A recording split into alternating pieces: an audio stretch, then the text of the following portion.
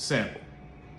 So say you're struggling, and the last thing that you want to do is go on some grand adventure, leave home, risk everything, turn your life upside down and see what happens.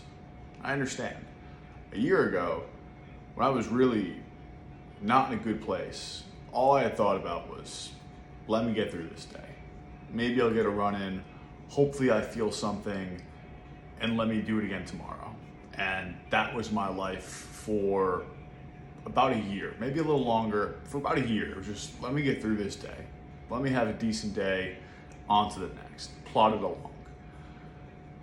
So that's very far from having this grand adventure into the dark forest.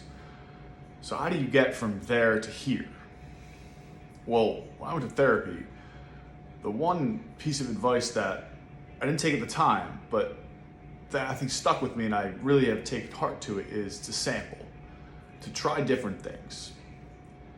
And what I think it means is to really give it an honest go, right? If you think back to, if you're stuck and you don't know where to go, think back to a time when you were in a good place, when you enjoyed doing something just for the joy of doing something, and go do that, right? That could be step one.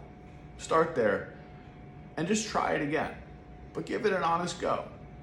Don't care about how you perform, just really try and sink into the moment and be there and just flow with it.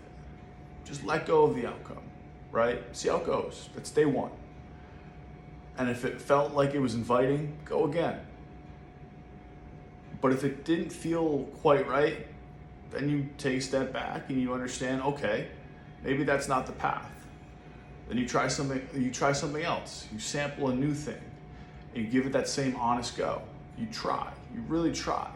And as you continue to try and sample different things, you better understand how to sink into the moment, even when it's uncomfortable, right? Because all these new things are uncomfortable, so it really forces you to sink into the moment. And eventually, if you try enough things, and what I found for me, eventually, you'll find something that kind of captivates you, that sinking into the moment, flowing with the challenges that this new activity brings, is a little easier than most. You wake up thinking about it. You go to bed thinking about it. You can't wait to go. You're not getting paid to do it. There's no outcome in mind. There's no end game. You just like to go, right? You do the activity for the joy of doing the activity. And when you find that, that's when you know you found a little piece of gold. It may not be the end game, but that's a good first step. When you feel a little excitement, a little fire in your soul, when you found something that you'll do just for the sake of doing it, for no end game, no money, no profession, just to do it. When you find something like that, I'd suggest really clinging to it, because you found a little sliver of magic. And if you're lost and you don't know where to start, and you're just trying to get through the day, and you find a little sliver of magic, I'd hold on to it and follow it wherever it goes. Because that's always the start of the lonely, dark forest road, right? It's the unexpected journey, the journey that finds you. You just have to answer the call.